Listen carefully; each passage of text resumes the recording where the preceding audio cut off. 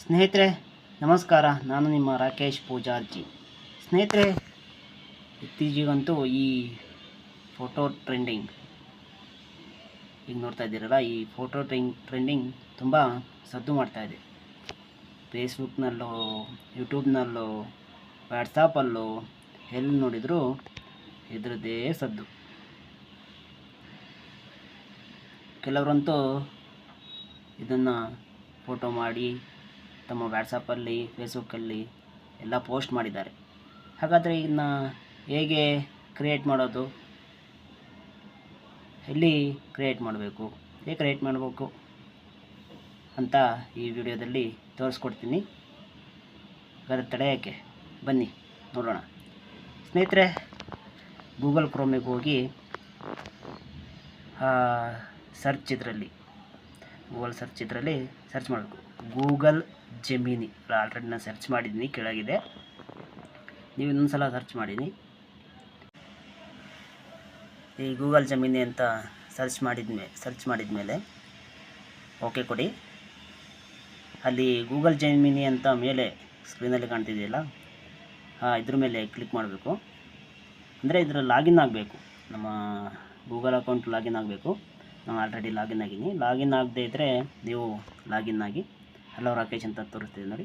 ಇಲ್ಲಿ ಕೆಳಗೆ ask gemini ಅಂತ ಇದೆಯಲ್ಲ, ಅಲ್ಲಿ ಆ ಪ್ಲಸ್ ಮಾರ್ಕ್ ಇದೆಯಲ್ಲ, ಅಲ್ಲಿ ಕ್ಲಿಕ್ ಮಾಡಬೇಕು. ಅಂದರೆ ಫೋಟೋ ಆ್ಯಡ್ ಮಾಡಬೇಕಲ್ಲ, ಆ ಪ್ಲಸ್ ಮಾರ್ಕಲ್ಲಿ ನಾವು ಕ್ಲಿಕ್ ಮಾಡಿದ ಮೇಲೆ ಈ ಥರ ಬರುತ್ತೆ. Camera, upload files, add to from drive ಅಂತ ಬರುತ್ತೆ. ಅಪ್ಲೋಡ್ ಫೈಲ್ಸ್ ಅಂತ ಕೊಡಿ. ಓನ್ಲಿ ದಿಸ್ ಟೈಮ್ ಅಂತ ಕೊಟ್ಟಿದ್ದೀನಿ ನಾನು.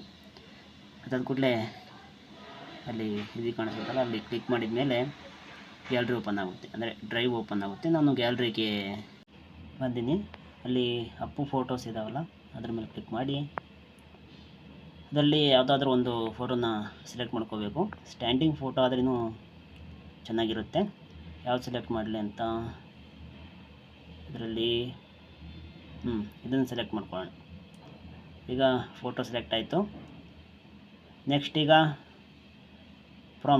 ಪ್ರಾಂಪ್ಟ್ನ ಸೆಲೆಕ್ಟ್ ಮಾಡ್ಕೋಬೇಕು. ನಾನು ಪ್ರಾಂಪ್ಟ್ ಆಲ್ರೆಡಿ ಕಾಪಿ ಮಾಡಿದ್ದೀನಿ, ಅದನ್ನು ನಿಮಗೆ ಕೊಟ್ಟಿದ್ದೀನಿ. ಅದನ್ನು ನೀವು ಕಾಪಿ ಮಾಡ್ಕೊಳ್ಳಿ. ಕಾಪಿ ಮಾಡಿಕೊಂಡು ಅದು ಆರೋ ಮಾರ್ಕ್ ಮೇಲೆ ನೀವು ಕೊಟ್ಟಾಗ ಅದು ಜನ್ರೇಟ್ ಮಾಡುತ್ತೆ. ವೆಯ್ಟ್ ಮಾಡಬೇಕು. ಎಷ್ಟೇ ಸೆಕೆಂಡ್ ಆಯ್ತು ಅಂತ ಇದೆಯಲ್ಲ, ವೆಯ್ಟ್ ಮಾಡಬೇಕು. ಒಂದು ನಿಮಿಷ ತಗೊಳುತ್ತೆ, ಮ್ಯಾಕ್ಸಿಮಮ್ 1 ನಿಮಿಷ ತಗೊಳುತ್ತೆ ಅಷ್ಟೇ. ಈಗ ಬರುತ್ತೆ ನೋಡಿ, ಜನ್ರೇಟಿಂಗ್ ಇಮೇಜ್ ಅಂತ ಬರ್ತಿದೆ. ಸೊ ಬಂದಿದೆ ನೋಡಿ, ಇಮೇಜ್ ಜನ್ರೇಟ್ ಆಗಿದೆ ನೋಡಿ. ಎಷ್ಟು ಸೂಪರ್ವಾಗಿದೆಯಲ್ಲ. ನೋಡೋಕ್ಕೆ ತುಂಬ ಕಷ್ಟ ಅನಿಸುತ್ತೆ, ಬಟ್ ತುಂಬಾ ಈಸಿ. ಪ್ರಾಂಪ್ಟ್ ನಮ್ಮ ಹತ್ರ ಇದ್ದರೆ ಸಾಕು, ಅದನ್ನ ಬೇಗ ನಾವು ಜನ್ರೇಟ್ ಮಾಡ್ಬೋದು.